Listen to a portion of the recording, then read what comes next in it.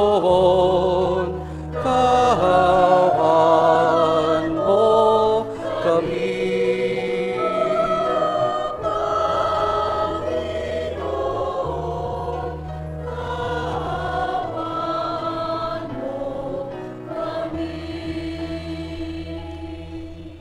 Luwalhati sa Diyos sa kahitaasan.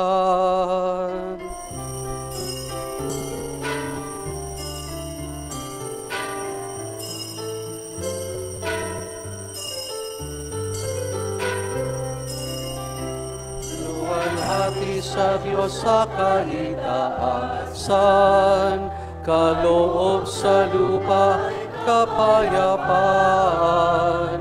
Pinupuri ka, ipinagdarama, sinasamba ka namin sa dakila mong kalwalhatian. Panginoon naming Diyos, Hari ng langit, Amang makapangyarihan, Panginoong Jesucristo, Anak ng Diyos, Kordero ng Ama, ikaw na nag-aalis ng mga kasalanan ng sanlibutan. Tanggapin mo ang aming kahilingan, ikaw na naluklok sa kanan ng Ama. Maawa ka sa amin, ikaw lamang ang banal, Panginoong Jesucristo, kasama ng Espiritu, sa walhati ng Ama. Amen, Amen, Amen, Amen. Manalangin tayo. Ama naming makapangyarihan, ginagawa mong kami magkaisa ng kalooban. Ipagkaloob mong ang iyong mga utos ay aming mahalin, ang iyong mga pangako ay mahangarin naming tanggapin, upang sa anumang pagbabago sa paligid namin, manatiling matatag ang aming loobin sa tunay na kasiyahang matatagpuan sa iyong piling, sa pamamagitan ni Jesus kasama ng Espiritu Santo, magpa sa walang hanggan. Amen. Sa unang pagbasa, ipinahahayag ng Panginoon na siyang nagpaparusa sa lahat ng bansa. Gayunman, ipahahayag nila sa lahat kung gaano siya kadakila. Ang salita ng Diyos mula sa aklat ni Propeta Isaias. Ito ang sinasabi ng Panginoon. Nalalaman ko ang iniisip nila at mga ginagawa. Darating ako upang tipunin ang lahat ng bansa at mga taong iba't iba ang wika. Malalaman nila kung gaano ako kadakila. Malalaman din nilang ako ang nagpaparusa sa kanila. Ngunit magtitira ako ng ilan upang ipadala sa iba't ibang bansa. Susuguin ko sila sa Tarsis, sa Pul at sa Lydia, mga dakong sanay sa paggamit ng pana. Magsusugo rin ako sa Tubal at Haban at sa mga baybaying hindi pa ako nababalita sa aking kabantugan. Ipapahayag nila sa lahat ng bansa kung gaano ako kadakila bilang handog sa akin sa banal na bundok sa Jerusalem. Ibabalik nila ang mga kababayan ninyo buhat sa pinagtapunan sa kanila. Sila'y darating na sakay ng mga kabayo, asno, kamelyo, karwahe at kariton, tulad ng pagdadala ng mga handog na butil sa templo, nakalagay sa malilinis na sisidlan. Ang ilan sa kanila ay gagawin kong saserdote, at ang ilan ay levita. Ang salita ng Diyos. Salamat sa Diyos.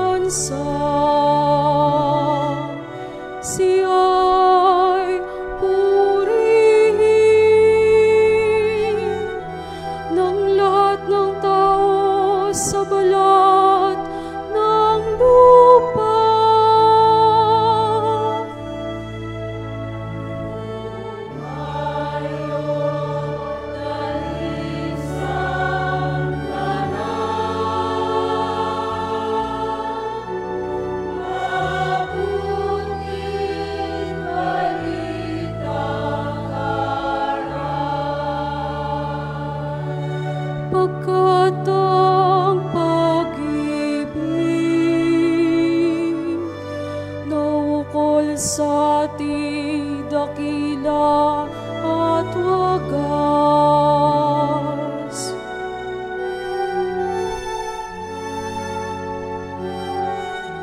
At ang katapatan niya ay walang wakas.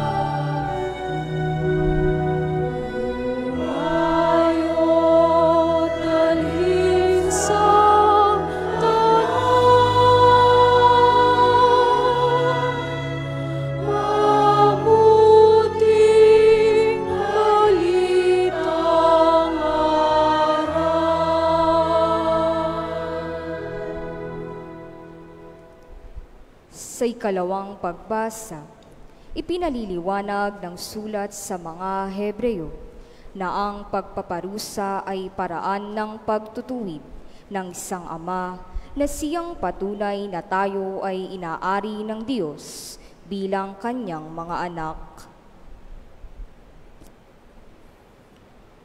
Ang salita ng Diyos mula sa sulat sa mga Hebreo.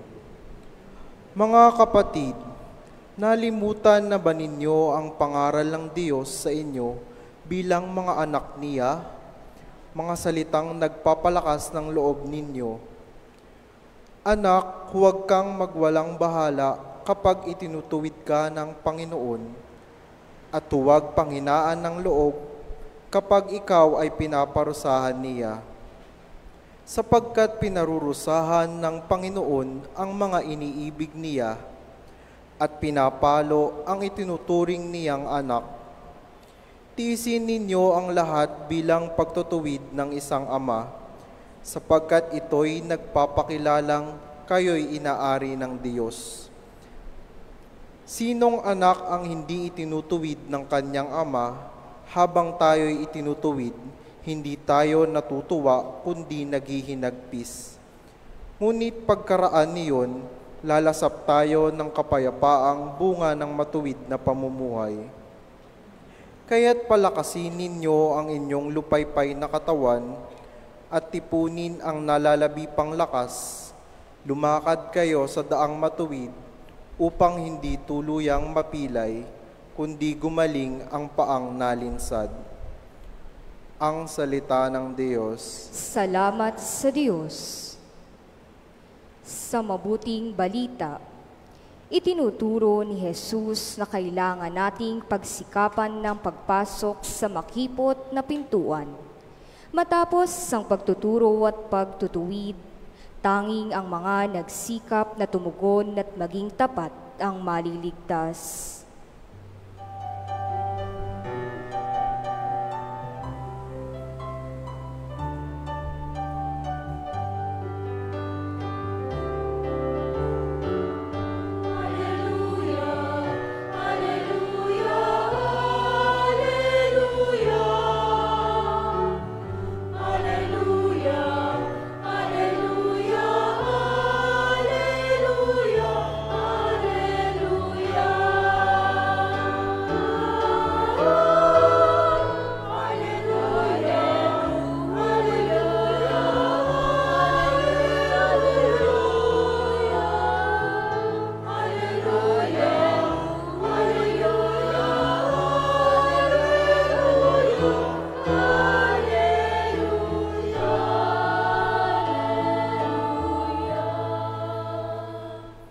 Sumainyo ang Panginoon. At sumayo rin. Ang mabuting balita ng Panginoon ayon kay San Lucas. Papuri sa iyo, Panginoon.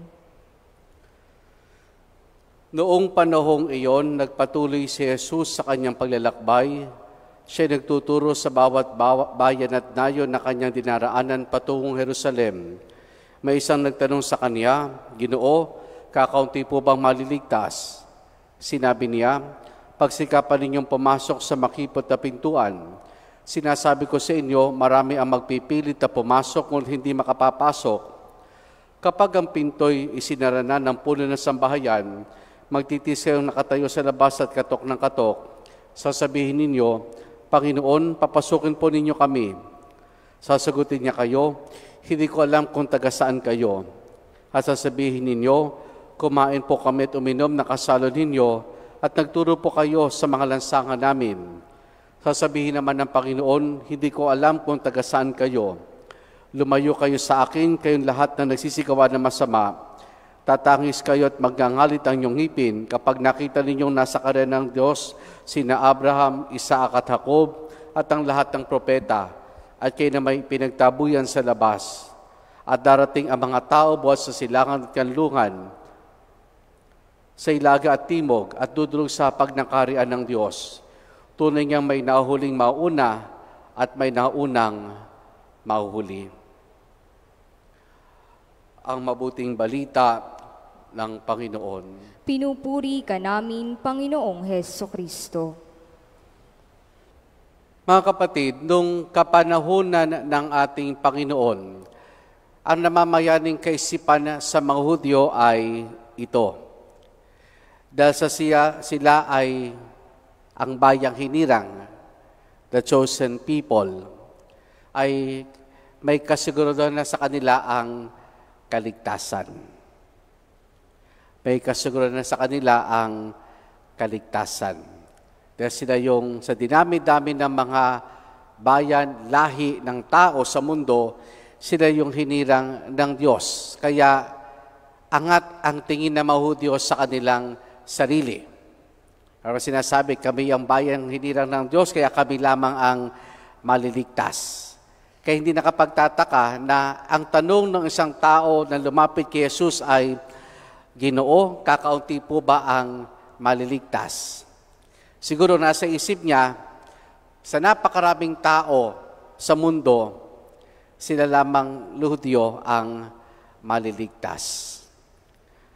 Pero mga kapatid, sa pagkakataong ito ay itinatama ni Jesus ang ganitong pananaw ng mga Hudyo.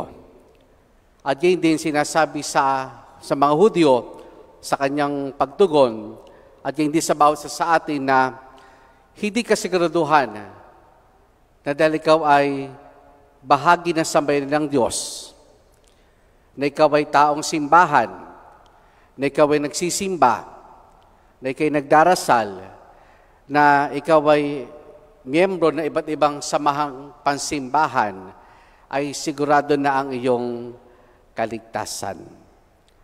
Hindi ganon. Kaya nga sinabi ni Jesus, pag sumikapan ninyong pumasok sa makipot na pintuan. Sa Ebanghelyo, sinabi rin na maring sabihin ng mga Hudyo, sabihin natin sa Kanya, Panginoon, kumain at uminom kaming kasalo ninyo, at nakinig kami sa inyong itinuturo. At anong sasabihin sa atin ng Panginoon? Baka magulat tayo, hindi ko alam kung taga saan kayo. Kaya walang kasiguraduhan sa bawat sa atin kung sino ang maliligtas. Ngayon, what guarantees our salvation? Ano yung nagbibigay kasiguraduhan sa ating kaligtasan? Para tayo ay maligtas, para tayo ay mapabilang sa kaharian ng Diyos. Nung ako po ay seminarista, bahagi ng paghubog namin ay magkaroon kami ng spiritual reading. Na-encourage kami ng mga pari sa seminaryo na at least once a month, meron kaming matapos na isang libro na binabasa. Kaya mga seminarista, pag pumasok kayo sa kwarto niyan, napakaraming libro. Hindi ko lang alam kung lahat ay nabasa. Pero yun ang sa amin, spiritual reading, meron kaming babasahin. At isa sa mga nirekomenda po nila ay ang sinulat po ni Thomas A. Kempis. Thomas A. Kempis. At ang title po ng libro ay The Imitation of Christ. The Imitation of Christ.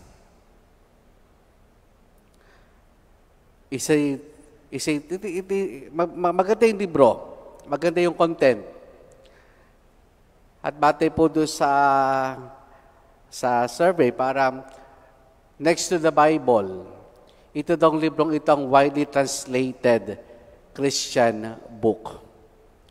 Itong The Imitation of Christ. Sa katunayan, ay na-impluwensya dito si St. Teresa of Lisieux, si St. Ignatius of Loyola. Ano ba nilalaman ng librong iyon? Imitate the obedience and humility of Christ, detachment from the world, inner conversion, patience in sufferings, and union with Christ. Doon pa lang sa libro, andun na kagad yung kasiguraduhan ng kaligtasan, the imitation of Christ, ang pagtulad sa ating Panginoon, ang tularan ang ating Panginoon. Hindi lang gayahin, kundi tularan.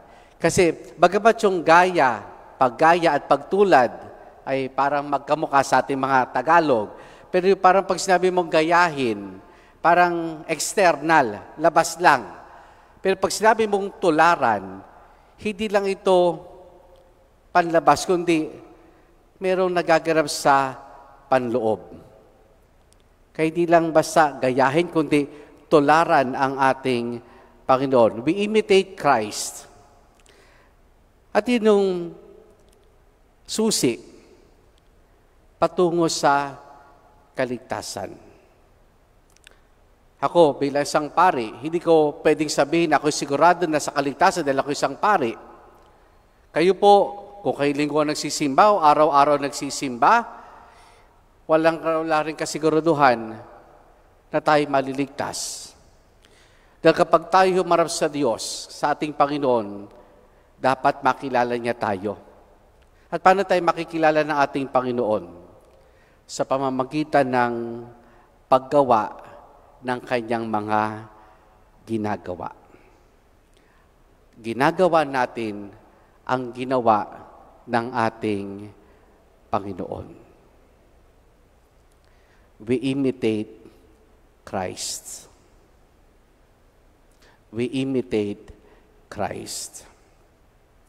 Ngayon, sa huling bahagi ng Ebanghelyo, sinabi dito na maraming tao ang dudulog sa kaharian ng Diyos na magmumula sa north, south, east, west.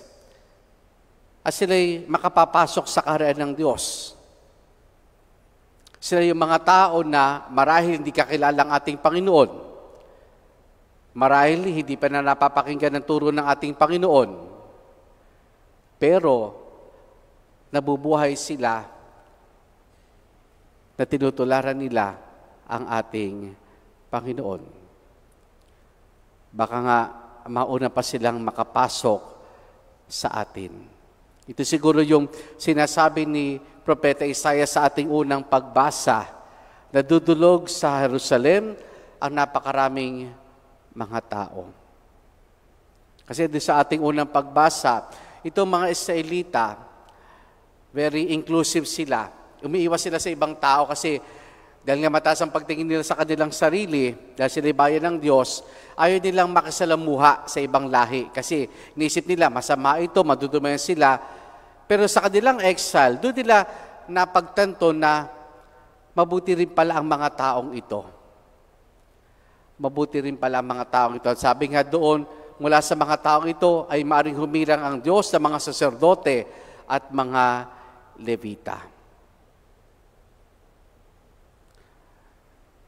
Our being Catholic does not guarantee that we are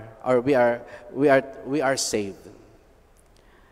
Kasi nga, sa takbo ng buhay natin mga Katoliko, parang ganito yan.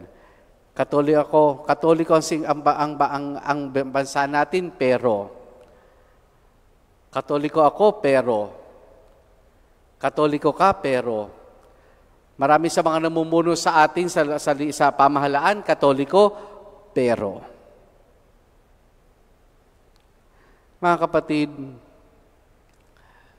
mahalaga at kinakailangan nating magsimba, magdasal, maglingkod. Pero hindi sapat ang mga iyon. Hindi sapat ang mga iyon. Nagsisimba tayo, nagdarasal tayo, para patuloy tayo mahubog. Upang sa gayon din ay maging matatag tayo. Dahil sabi nga sa ikalawang pagbasa sa sulat sa mga Hebreo, para tayong mga anak ng isang ama na parating tinutuwid, tinatama, minsan napapalo. Ewan ko lang ho kung uso pa ngayon sa mga batay napapalo ng magulang, nakukurot, napipingot, parang hindi na ata pwede. Pero wag natin yung tingnan bilang parusa, kundi tingnan natin bilang pamamaraan para hubugin, disiplinahin tayo. Hubugin na matularan ng ating Panginoon. Hindi sapat ang lahat ng ginagawa natin. Ang malaga, matularan natin ng Panginoon. We are imitators of Christ. Kaya sa misang ito yung pagdasal natin. Nang bawat sa atin ay matularan si Jesus. Amen.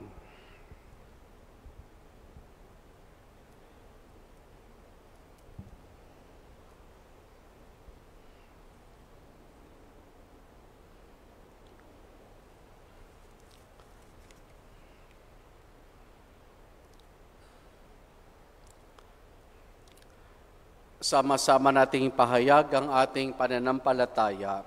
Sumasampalataya ko sa isang Diyos amang makapangyarihan sa lahat, na may gawa ng langit at lupa, ng lahat na nakikita at di nakikita.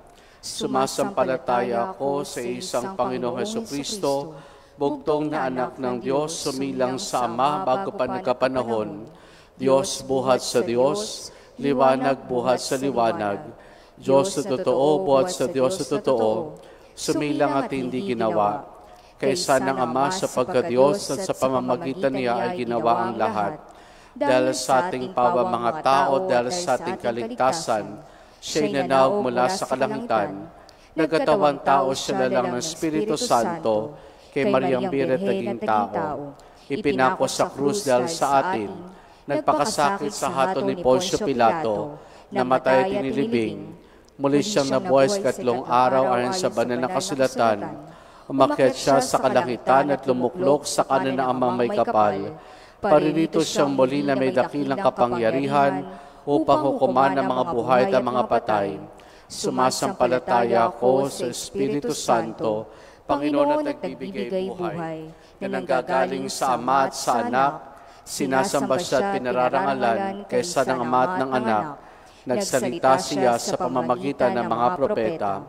Sumasampalataya ako sa isang banal na simbahang katolika at apostolika, gayon din sa isang binyag sa kapagpapatawad ng mga kasalanan. Hinihintay ko muling pagkabuhay ng mga namatay at buhay na walang hanggan. Amen. Manalangin tayo sa Panginoon, ang tanging hangad ay makapasok tayo sa makipot na pintuan na mapabilang tayo sa kanyang kaharian. Ating isamo, Panginoon, dinggin mo ang aming panalangin. Panginoon, dinggin mo ang aming panalangin.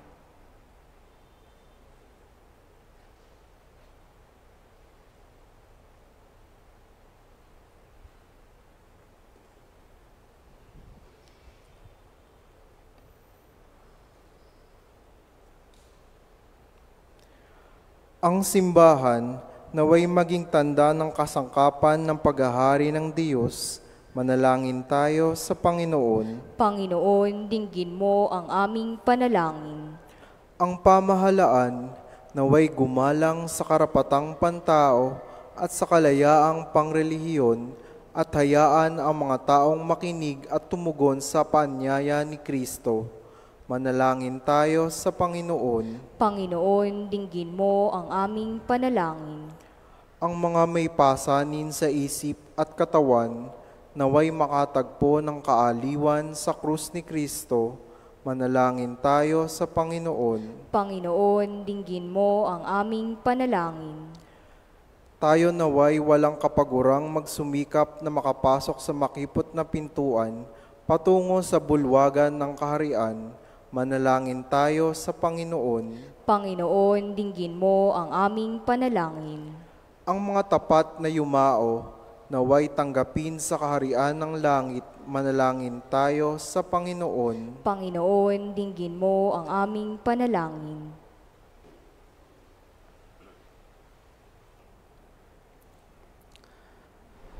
Ama naming makapangyarihan, dinggin ang panalangin ng iyong sambayanang ang nais ay mapabilang sa mga magtatamo ng kaligtasang hatid ni Jesus naming Panginoon, magpasa walang hanggan.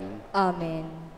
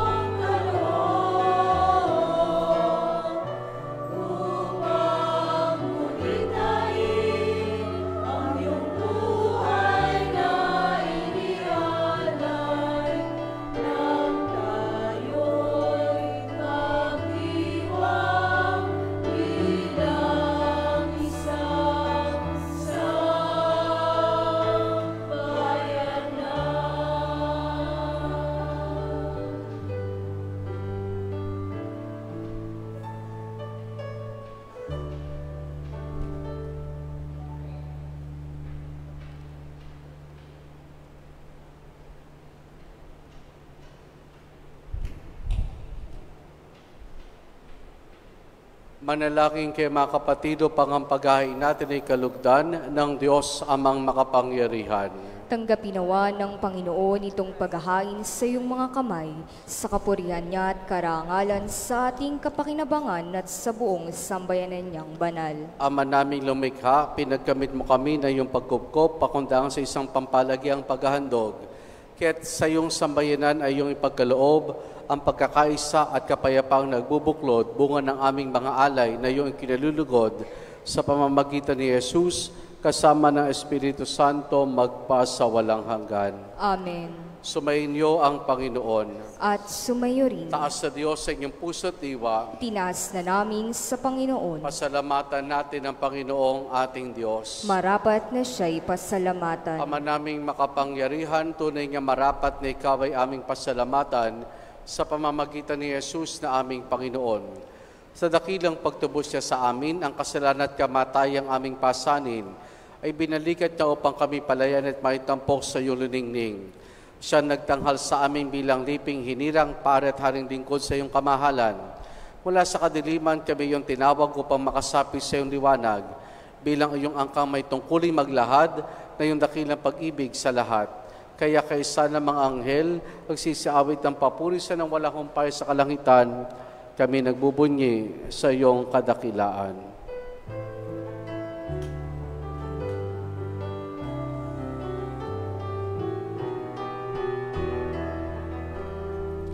Santo, Santo, Santo, Panginoon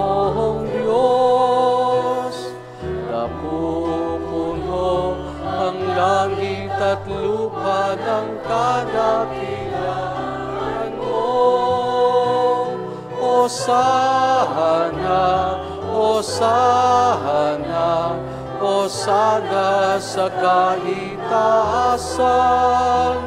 Hosana, Hosana, Hosana sa kaitaasan.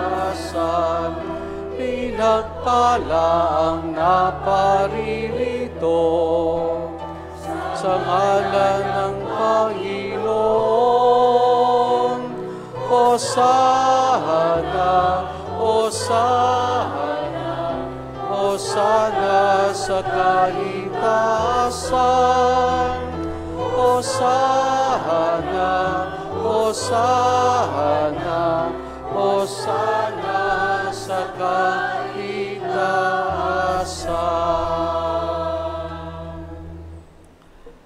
Ama naming banal, ikaw ang bukal ng tanang kabanalan. Kaya't sa pamamagitan ng iyong Espiritu, gawin mong banal ang mga kaloob na ito upang para sa amin, maging katawan at dugo ng aming Panginoong Hesukristo. Bago niya pinagtiis ang kusang loob na maging handog, hinawakan niya ang tinapay. Pinasalamatan kaniya, pinaghati-hati na yon. Iniabot sa kanya mga alagad at sinabi, tanggapin ninyong lahat ito at kanin itong aking katawan na ihahandog para sa inyo.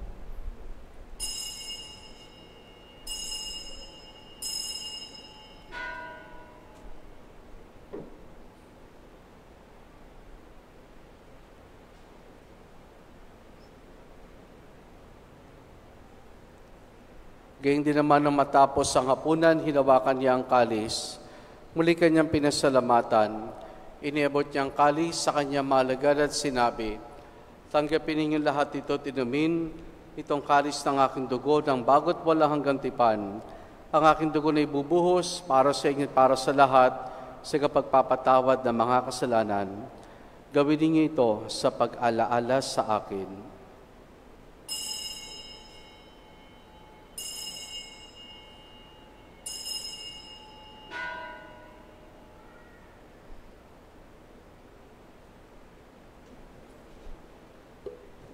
Ang misteryo ng ating pananampalataya.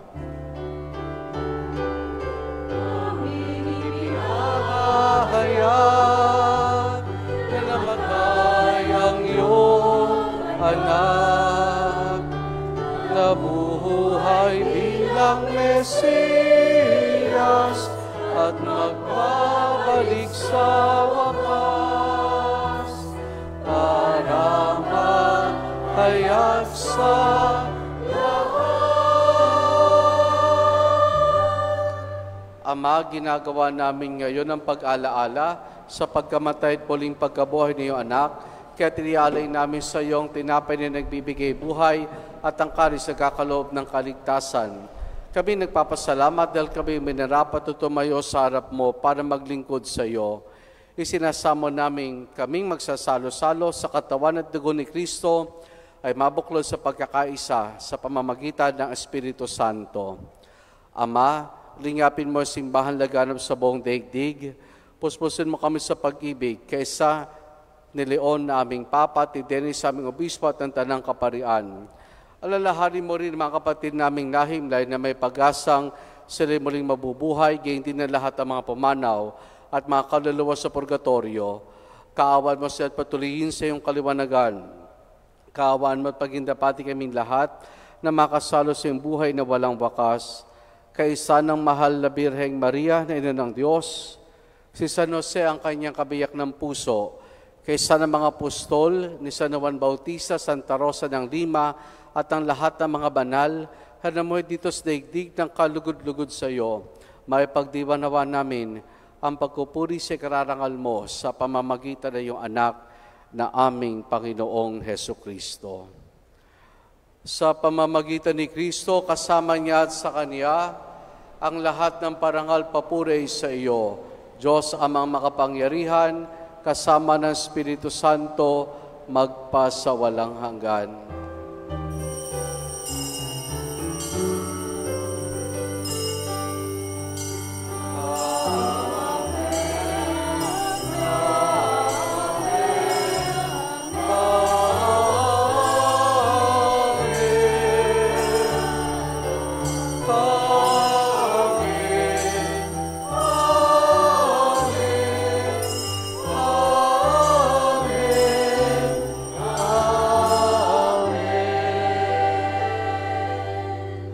Sa tagubilin ba nakagagaling na utos at turo ni Jesus na Panginoon natin na Diyos, ipahayag po natin ang lakas loob.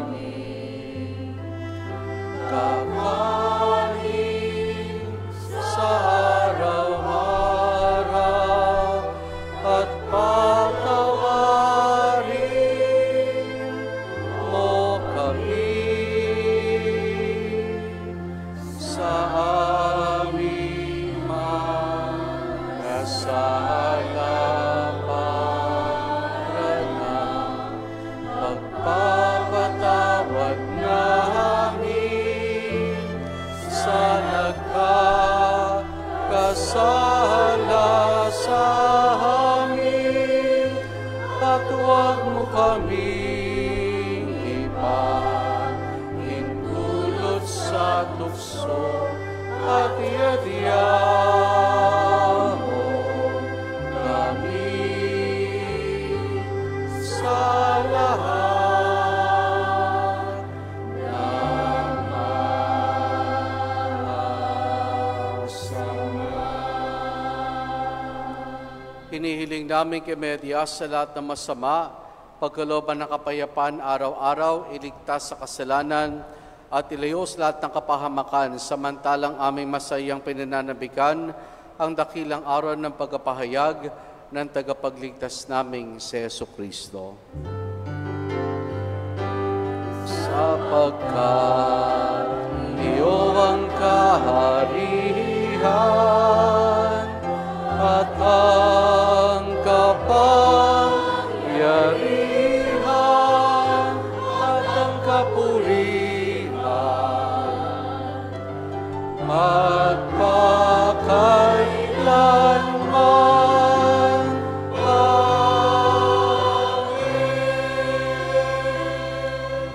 Panginoong Jesucristo, sinabi mo sa mga apostol, kapayapaan ang iniwang ko sa inyo, ang aking kapayapaan ang binibigay ko sa inyo. Tunghayan mo ang aming pananampalataya at huwag ang aming mga pagkakasala.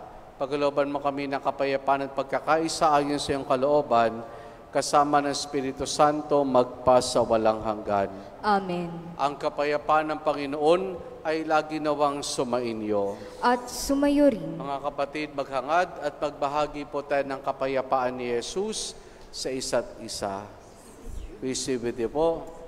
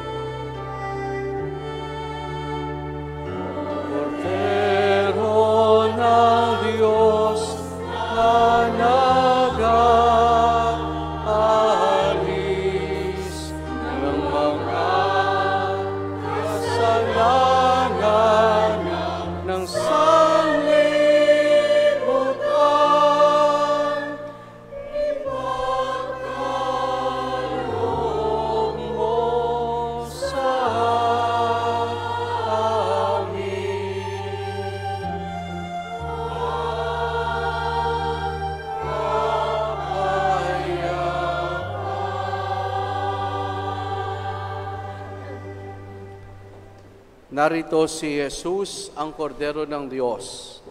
Siya nagali sa mga kasalanan ng sanlibutan. Mapalad ang mga inaaniya niya makiisa sa kanyang banal na piging. Panginoon, hindi ako karapat-dapat na magpatuloy sa iyo, ngunit sa isang salita mo lamang ay gagaling na ako.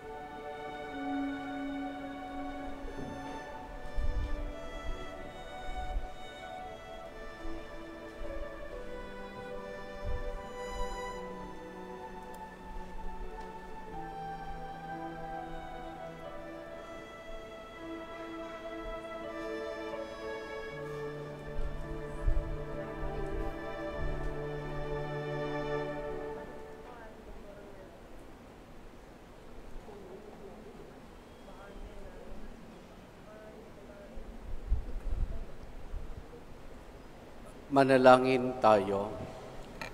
Ama naming mapagmahal, lubusin mo sa amin ang kagalingang bigay na iyong pag-ibig na ngayon pinagdiriwang at kami naway magkaroon ng ganap na kaunlaran upang sa lahat ng aming pinagkakabalahanan kayo aming mabigyang kasiyahan sa pamamagitan ni Jesus kasama ng Espiritu Santo magpasawalang hanggan. Amen. Sumainyo ang Panginoon At sumayo rin. at pagpalain tayong lahat ng mabutit mapagmahal na Diyos Ama, Anak at Espiritu Santo. Amen. Naialay na natin ang pagdiriwang ng banal na misa, humayo tayo upang matularan si Jesus. Salamat sa Diyos. Purihin po natin ang ating Panginoon.